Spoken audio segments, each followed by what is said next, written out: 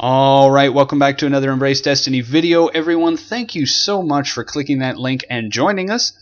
Today we are having a pretty special episode, and we are going to be looking at the Curse of Osiris Forge weapons, and specifically the Lost Prophecies. So, I want to provide a little bit of context up front so you know, so I can set the tone for this video, and then if you want to move on to more relevant information, I'll post some things down in the description below. In the Curse of Osiris expansion, we're introduced to a weapon forging system, and there are almost a dozen weapons that you can forge in a specific way. If you are looking for more information on what these weapons are exactly and how this system works, how to unlock these forged weapons, I will include a link down below that walks you through the procedure, and I'll talk about it a little bit in this video. If you already know how all that works and you're more curious about an in-depth review at the perks and how the weapons best work in and out of the Crucible, I'll also post a review down below. This is not what this video is about. This video is about exploring the story implications, the lore, and the history within the backstory of Destiny that some people have talked about on various channels and videos, but I have not seen anyone actually walk through all of the weapons in a single video, and I thought I would just put all of this together along with some of my thoughts, subjective regarding the story, as well as what I think about each weapon. So, here we go. So, for context for people completely unaware, or maybe you don't have the expansion, in the Curse of Osiris expansion we got this weapon forging system. As I said, the way it works is after you've completed the main storyline for the Curse of Osiris, and you completed the new adventures both in regular and heroic mode, Brother Vance in the Lighthouse will provide you with a set of 3 tablets each week, one at a time. And the way it works is Sorry, lost my train of thought there. Okay. The way it works is each weapon requires you collect a certain number of consumable items, things that drop during public events, loot chests, strikes, and crucible matches. You get the right amount of consumable items, you consume them, and you unlock the tablet, which allows you to forge the weapon. Each weapon comes with a little bit of text just to kind of tease what it's about or the context of what the prophecy is going to talk about. And once you forge about 10 weapons or so, you'll be able to unlock a few more items, including another weapon, an emblem, and an exotic ghost. So, a little bit more context here again. If you're unaware, Bungie's Destiny and Destiny 2 have a lot of really interesting story built into the background of the game, a lot of backstory. The entire premise of the game, it's built on the idea that this is a far future where many literary genres combine. You have fantasy, you have science fiction, you have western, you have a lot, you have you have cyberpunk, you have a lot of things coming together in really interesting ways, and the story behind a lot of this is nuanced and the characters are interesting. Now, it can be argued that Bungie has not done a really great job of actually bringing that history, that backstory to the forefront, more as letting it act as window dressing and place setting. But I think they've done a better job in Destiny 2 through the story itself, consumables, and through situations and weapons and item tabs. The exotic weapons, anything that's exotic in this game has a lore tab now where you can actually pull up and read information about it. But funny enough, the Curse of Osiris Forge weapons actually come with lore tabs as well, and I did not realize that until I had collected them all. So that was a pretty great surprise. For a bit more context on the general overview of Osiris, besides playing the campaign where they do an okay job of discussing it, you can actually check out Bungie's first webcomic, or their comic, talking about the fall of Osiris, which gives you a little bit of context here. The short version is Osiris was a great warlock. He was actually the warlock commander, and he decided to He saw that the Vex were a greater threat than anybody realized, and that the way to stop them was not to defend, but to actually go out and try to destroy them at their source, because of their time travel tomfoolery, they are pretty much able to be a persistent threat. The tower, the Vanguard were not happy about this. They thought that he basically abandoned them, and that he was looking into things that were out of his control and out of their purview. So they banished him, and that's kind of the setting that we're in. Also wanted to point out that if you're really interested in the lore, in the deep lore, the history of this game, I'm going to recommend some videos down below, or some channels down below that you should explore. I really am interested in it, but I don't really spend as much time going into the lore as I possibly could. These guys down below, they spend a lot of time, and they focus entirely on it, make some really great quality videos, so please check them out. For me, I'm just trying to express my thoughts and carve a little bit of a niche. Here you can actually see the weapon forge in the lighthouse. So, first we're going to be looking at the Garden Progeny 1, which comes with the following description.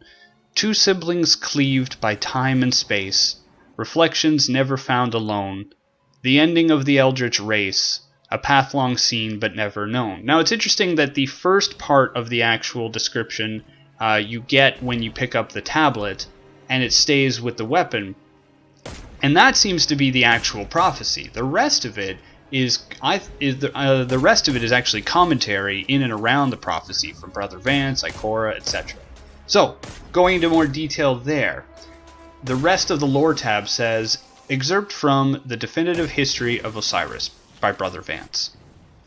In the wake of the Iron Lord's untimely deaths, and the chaos that threatened to topple the fledgling city from within, the one known as the Speaker made his bid for power. To create the illusion of democracy, the Speaker established the Consensus, an oligarchical body of representatives from the city's leading political factions and the 3 Guardian classes. For the Titans, Sate 14, the right hand of the Speaker. For the Hunters, Tallulah Fairwind, first in a long line of ever-changing representatives.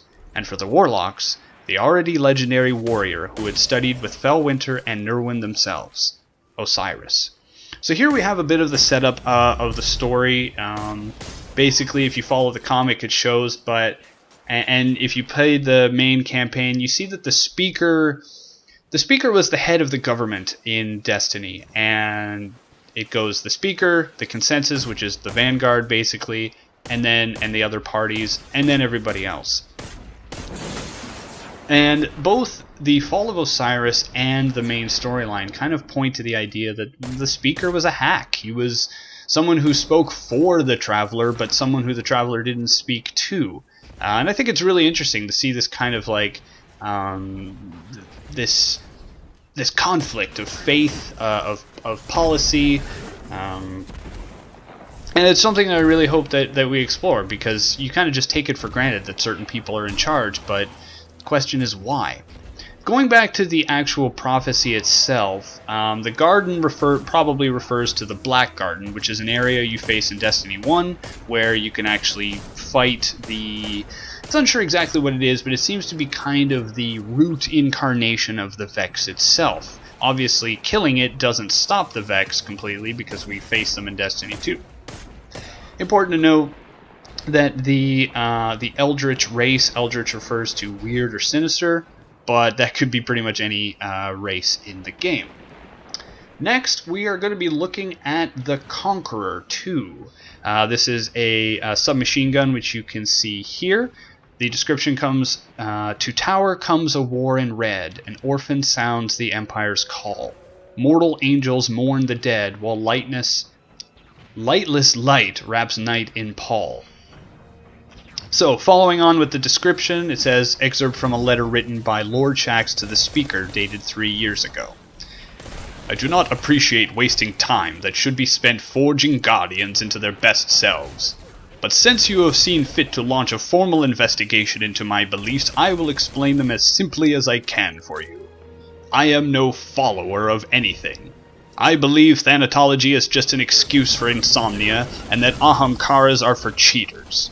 I find the acataleptic belief that darkness is incomprehensible to be pessimistic nihilism, and its opposite, the Osirian position that darkness must be understood to be misanthropic narcissism.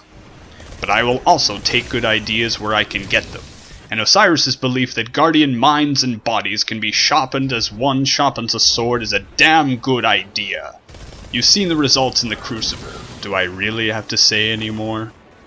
So hopefully that accent I put on was a little bit pleasing and not too annoying. But yeah, so the description talks about a war in red, the Red War. We saw that with Dominus Gaul in the Destiny 2 campaign. An orphan sounds the Empire's call. And mortal angels mourn the dead while lightless light wraps night and pall. So this is referring to the falling of the light. The video is jumping ahead a little bit faster than my description, so I'll get into it in a minute. Let's look at the Jack Queen King 3 here.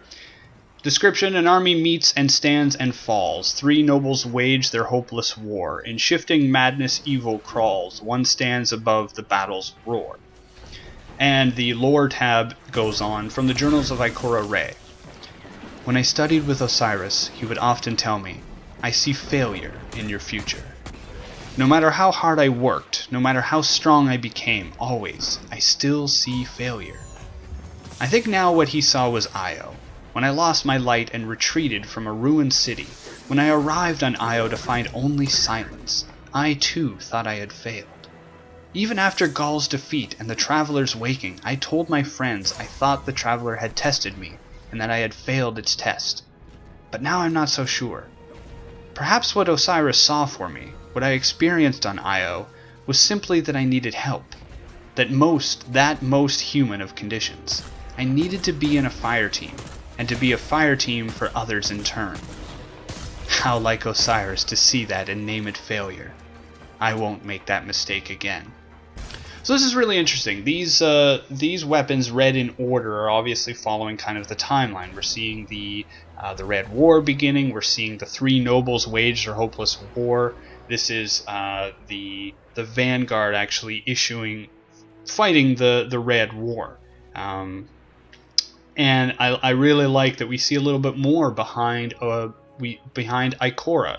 You know, Ikora is just another NPC, and for a while I was concerned that in Destiny 2's main story she didn't really have a lot to do. She experiences failure and she reflects on that for about 5 minutes. But this Curse of Osiris campaign shows her as breaking away from Osiris's single-minded narcissism.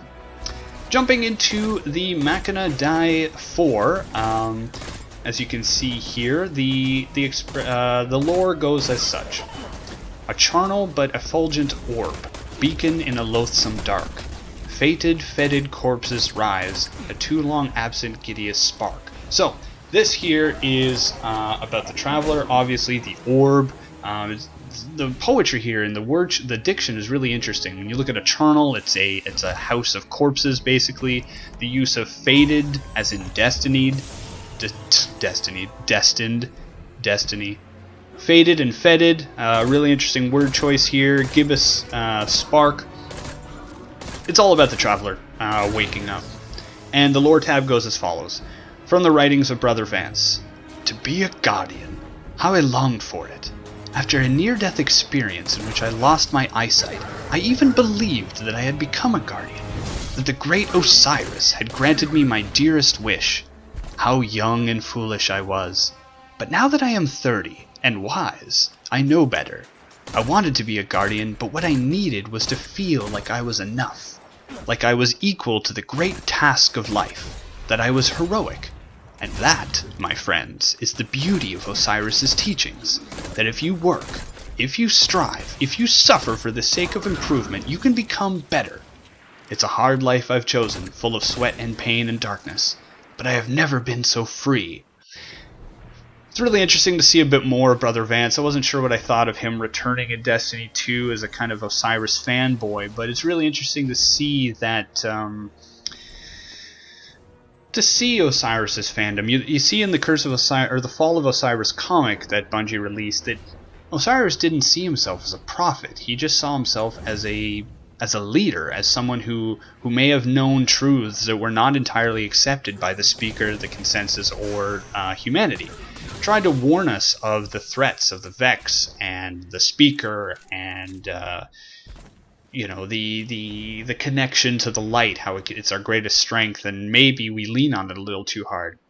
So I'm really glad that we get to see a little bit more about how faith is being kind of twisted a little bit here. And I wonder, I'm kind of disappointed that we didn't get more of an interaction between Osiris and Brother Vance, because it would be great to see Osiris have to deal with the aspects of his, being named a prophet. Moving on to the Traveler's Judgment 5. This one is great because it kind of catches you up on the last few. The description goes, a visitor ignites the sky, and in the truth of light it dreams. Above the dead and yet to die, a legion's blade with fire screams. And the lore tab literally tells you how to interpret this. It says, how to interpret the Lost Prophecies? The theory in vogue right now with the followers of Osiris is that the first 5 verses refer to the Black Garden, the coming of Gaul, the Traveler's Awakening, and Gaul's subsequent defeat. It's a convincing interpretation, even conceding the prophecies are much easier to interpret in hindsight. There's just one thing. If Osiris used the Infinite Forest to develop his prophecies, and the Infinite Forest cannot accurately simulate light, how did Osiris predict the Traveler would wake? The Forest's very inability to predict this thing is what prevented Panoptes from breaking ground with its apocalyptic calculations. I must assume, 1. Either verse 5 does not refer to the Traveler's Awakening, or 2. Osiris has prophetic resources at his disposal other than the Forest. What they are, I have no idea. So, there's a lot going on here. I'm going to try and move through it quickly. Basically, the Vex exist in...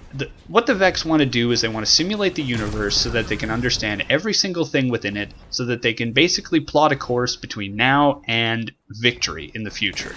They create what's basically a holodeck in the Infinite Forest, a laboratory where they are able to simulate everything.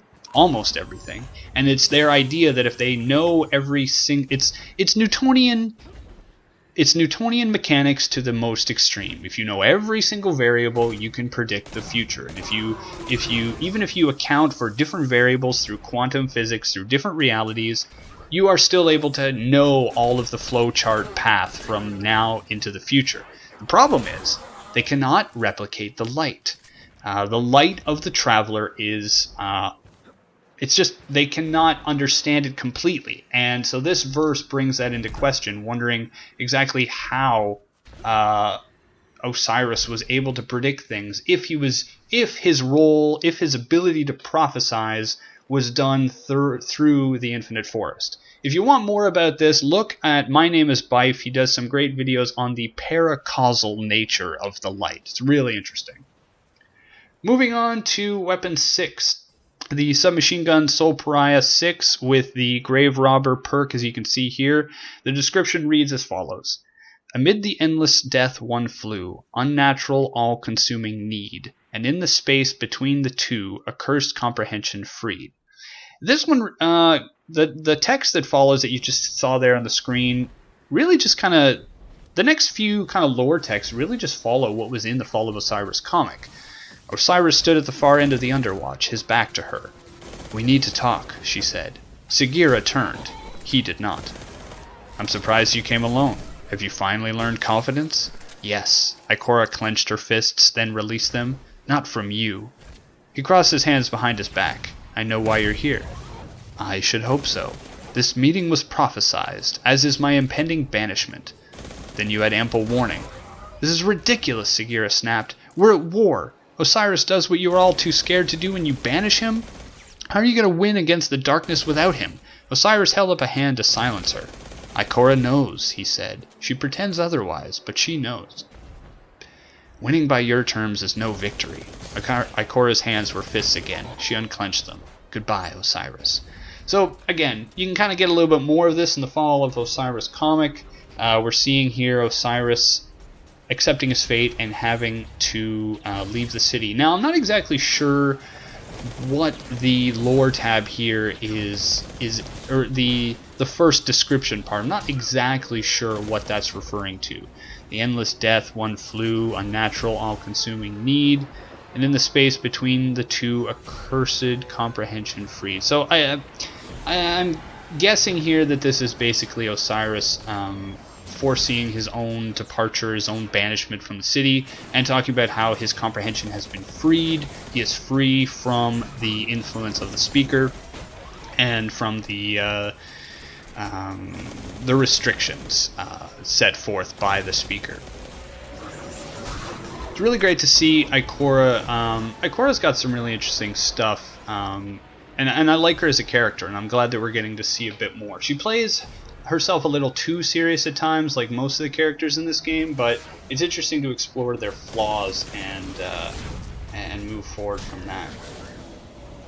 Now this next section here, we kind of jump all over the place a little bit. I was trying to bring up the next weapon, but I was also trying to follow through with this event. If you're unaware, basically on Mercury and Io, I believe, you can find these rings, and if you destroy the Vex, oh yeah, I think even in Nessus, yeah. If you destroy the Vex at the base of these rings, they drop items, and you have a limited amount of time to do so. So let's talk about the next weapon here, the West of Sunfall 7. I'll bring up the menu here in a moment. The description goes as follows. A spark of knowledge with each fall, the purpose of the endless youth. No longer shun dark's nameless call, now brings about Tenebra's truth. Tenebra's? Maybe. And the lore tab reads as such. Excerpt of a letter from Ikora Rey to Eris Morn. Would it be terribly offensive if I said I would have happily traded places with you and gone down to the Hellmouth rather than be in the city during Osiris's banishment? Well, here's what you missed. It started because of his Lost Prophecies, a misnomer.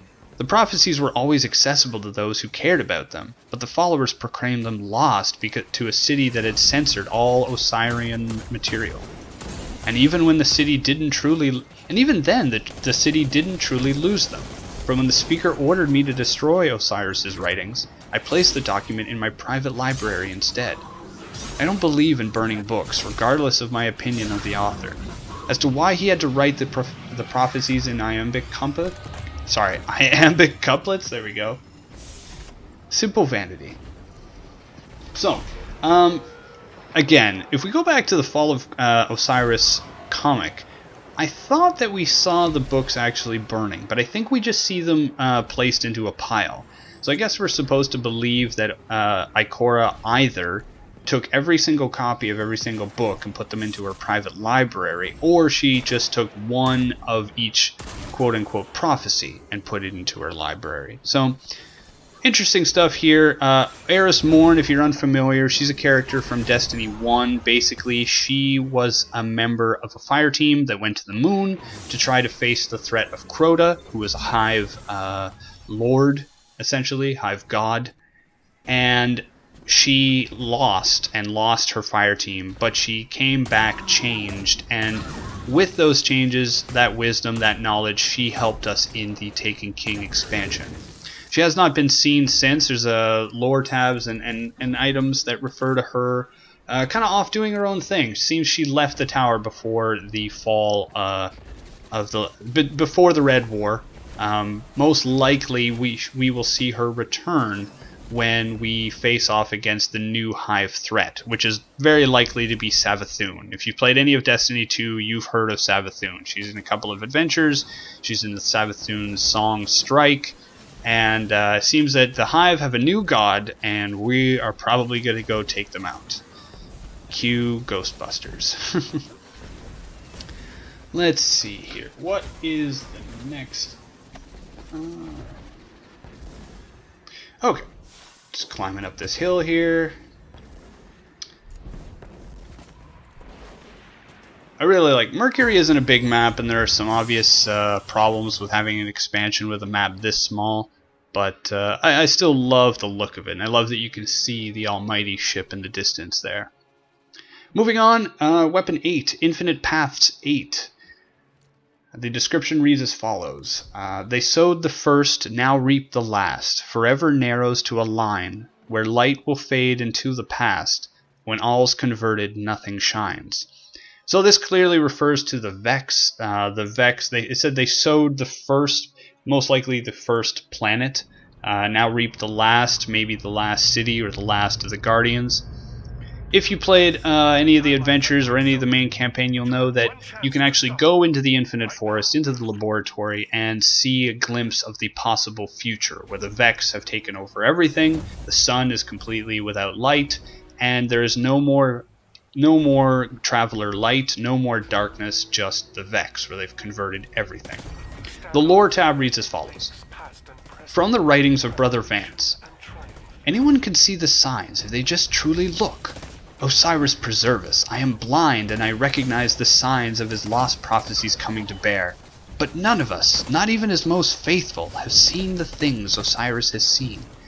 We in the lighthouse follow a man haunted by visions of apocalypse, yet doesn't turn away.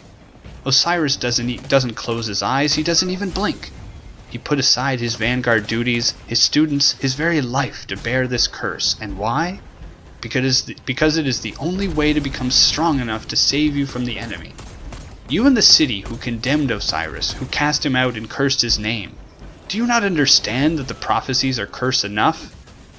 So this is really interesting, because I would argue that Osiris would be happy that there are followers, that there are people who obviously read his work and take it seriously, and who want to better themselves. Unfortunately, they follow down this kind of fandom path where they believe Osiris to be more than what he is. And sure, he's a pretty powerful guardian who uses a variety of resources that the Tower and the Vanguard does not. But I mean, he's just another warlock at the end of the day. He's just pulling out a Dawn Blade, and he makes mistakes. And I think this comes down to a lot of philosophy in and out of the game of Destiny, but this comes up in the game a lot, which is the question of, there's probably a proper term for this, but the question of whether or not we should study that which is bad. And what I mean is, you know, there's the idea that if you must understand evil in order to overcome evil. And there's the other side of the coin, which is the idea that you must completely denounce and refrain from any exposure to evil in order to rid yourselves of evil. Osiris chose the first path. He chose that you must understand it, and as Shaq said earlier, it's a kind of misanthropic narcissism. But I think that obviously the speaker was short-sighted. We should use all references and all guidance and all knowledge at our disposal. But it has to be argued that, you know, he kept the city in a state of peace for quite a long time. And I'm not saying that dictatorship is great. I'm just saying that I'm surprised he was able to maintain himself and his position for as long as he did. Alright, hopefully the video is going to catch up here. I believe we're going to be moving to the next weapon soon. I enjoy the public event here. It's interesting. It's not that nuanced. It gets a little bit old pretty fast. I mean, most of the events do. I really enjoy the heroic, the ability to take an event and turn it from kind of a normal to heroic mode. And I remember the first few days of Destiny 2, just trying to understand how to unlock it, you know, where nobody was really on voice chat, we're all just running around shooting things, it's not made clear, and this is great. This is kind of something that speaks to the design of Destiny 2, and they've made Destiny 2 very accessible, but in order to do that, they've kind of smoothed out a lot of the game, and I'm not going to get into it. Hopefully we're going to hear some comments from the Bungie team coming soon as to what changes need to be made. But the short version is, you have two major problems. One is the Eververse in-game transactions and stuff like that. And the other is just the fact that the gameplay has been smoothed out to be accessible to most people. Unfortunately, when you do that, it means that everybody gets through it very quickly, and the people who want to stick around, they're not really motivated to do so because they've already done everything, because everything was made so that the casual player who only played for a couple of weeks was able to access everything. So, apologies for the little aside, but I figured we had a little bit of time here with the public event. I just thought I would provide some thoughts. Again, Bungie is going to be releasing some comments later this week, and they've been really positive about how much they're going to be sharing coming soon, and they really need to. I'm going to be posting a link in the description below that kind of recounts all of the promises they've made recently, all of the things they've promised to discuss, and yeah, hopefully we see that. Moving on, the next weapon, the Null Calamity 9. The description for it reads as such: a sacred eye that speaks and lies, upending futures in its path. The way before us to the skies shall see itself in ancient wrath. Now, I'm not entirely sure about this one. I think it refers a little bit to the lore tab here. This is a great gun, by the way. Just a little bit of commentary. It's got a perk on it. I forget what it's called at the moment. Hopefully, there we go. Zen Moment. Causing damage increases its stability. So, it doesn't really replace the some of the other auto rifles, but it's pretty good in the Crucible. And its lore description goes as such: I've misplaced Osiris again, Segura told a goblin. The goblin, being a goblin, shot at her. She dodged with a sigh and continued through the forest. If I was Osiris, where would I go to celebrate Panoptes becoming scrap metal? The answer, when Segura finally tracked him down, surprised her. Osiris hovered, cross-legged, at the center of a ruined lighthouse. A dead sun loomed in the lightless sky. Arrayed on the ground below to the horizon, Yellow Vex's eyes pierced the gloom. Segura zoomed straight to Osiris' side. I thought we averted this future. Eyes closed, Osiris shook his head. Many equations lead to this answer. A sound like a drumbeat, but with the impact of an earthquake, shook the lighthouse. Segura darted through the crumbling chamber. What do we do? Another bone-rattling drumbeat kicked up clouds of dust. Osiris floated to his feet. We start over. Boom! Through the window, a shadow eclipsed the Vex's eyes. But first, he said, you'll have to res me again, old friend. So again, Osiris is telling us that many paths lead to the Vex possible future. Kind of a way of just saying, you know, the threat is still out there, you know, keep playing the game, etc. But the thing about the Vex is it's difficult to completely win over them, and that's what Osiris understood from the beginning, is that for them, failure is just a variable. It's just a minor setback, and they can just keep trying over and over again, changing variables slightly in order to try and overcome their enemies. It's really interesting to see a little bit more of the mechanics here. I really hope that we get into this with some of the other races of Destiny. I mean, the Vex we've explored quite a bit now with the Curse of Osiris, some of the Vault of Glass stuff in Destiny 1. I hope we see more. Maybe the Fallen are next. That would be great. Finally, the last of the numbered weapons that you can forge here, the Future Safe 10. It's a sword, so it goes in the power slot, and it reads as follows. See who's robed as if a god, who stands with pride above the rest. Destroy this ancient nameless fraud. Destroy the one whose death was blessed. So this one, even if you weren't sure by now, this one's talking about the speaker. The Osiris clearly has a problem with him. He calls him a fraud, and he believes we should basically stop listening to him, kick him out.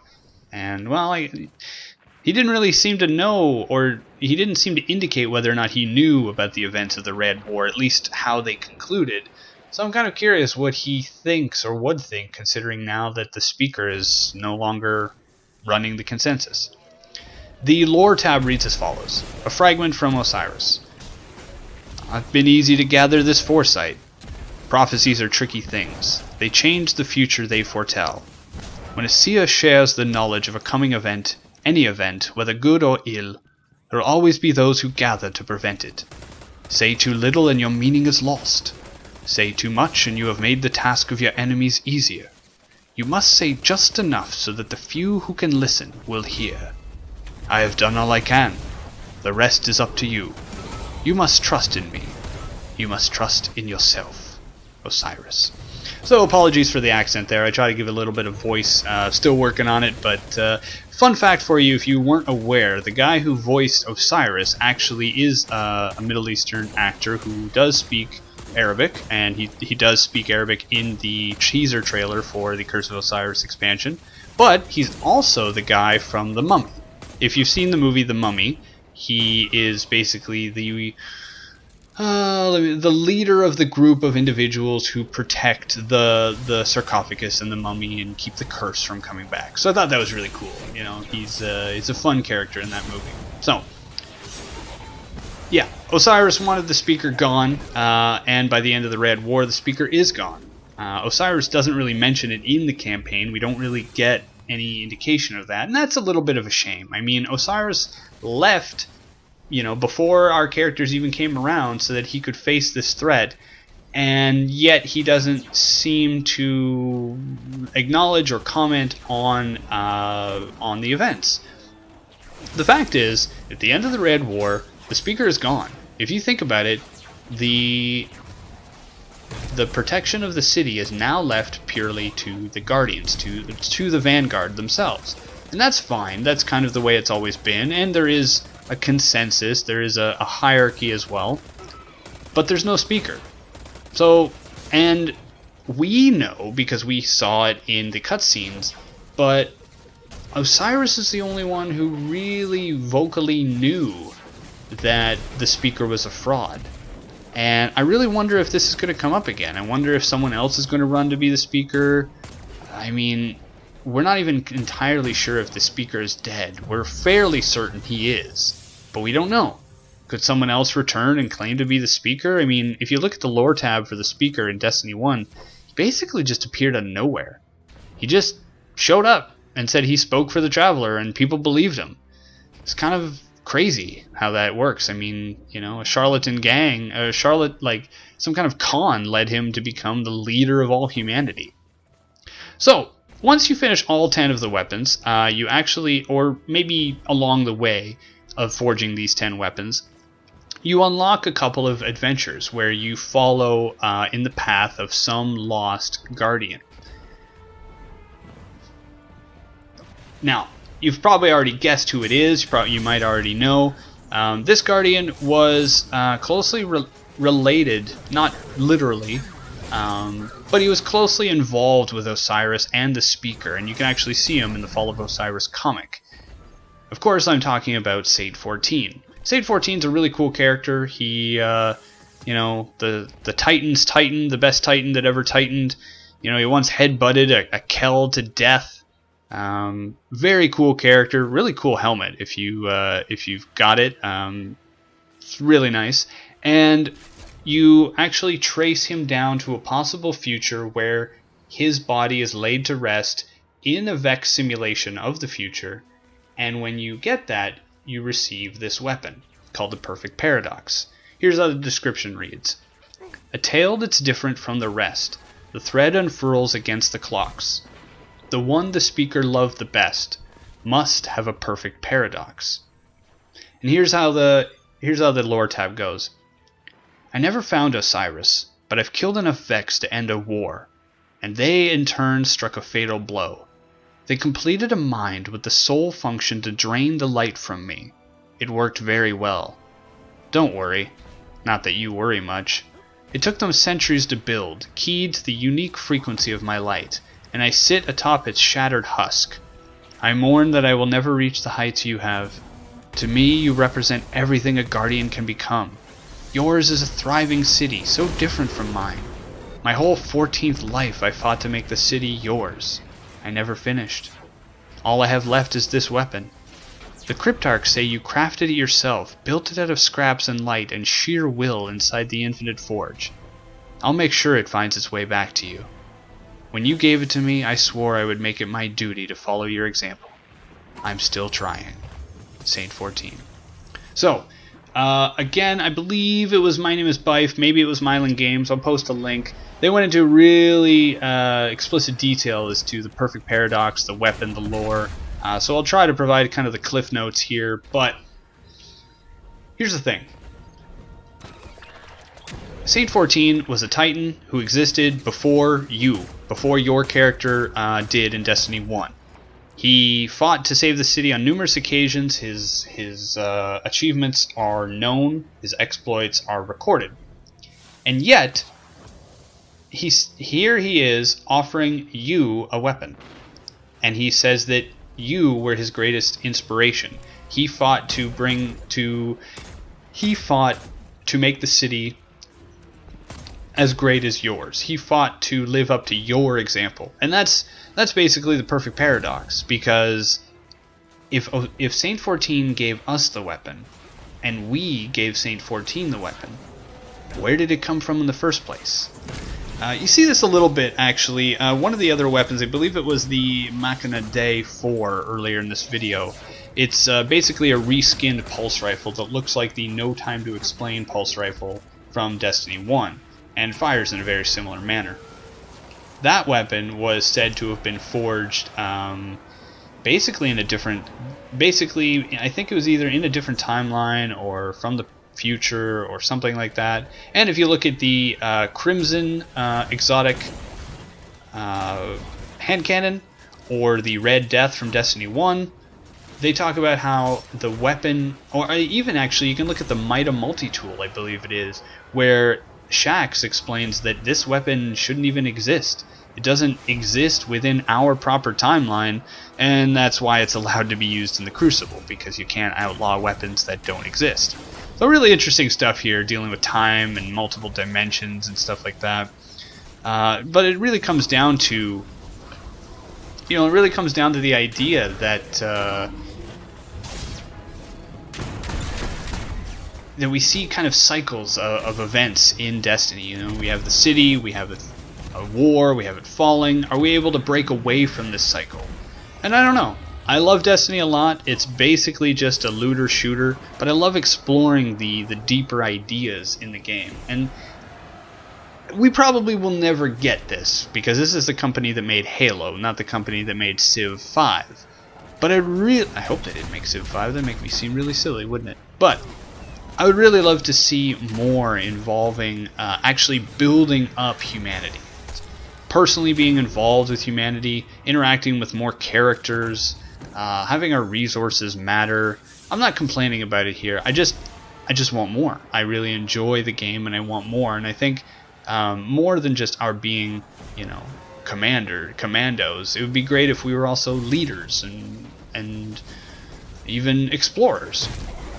So, I'm going to explore it here in a moment, but once you finish crafting all of the weapons, which I only did just recently, you are gifted with a couple of things, including an emblem, which I think I'm going to explore, probably right about here, question mark? Yeah.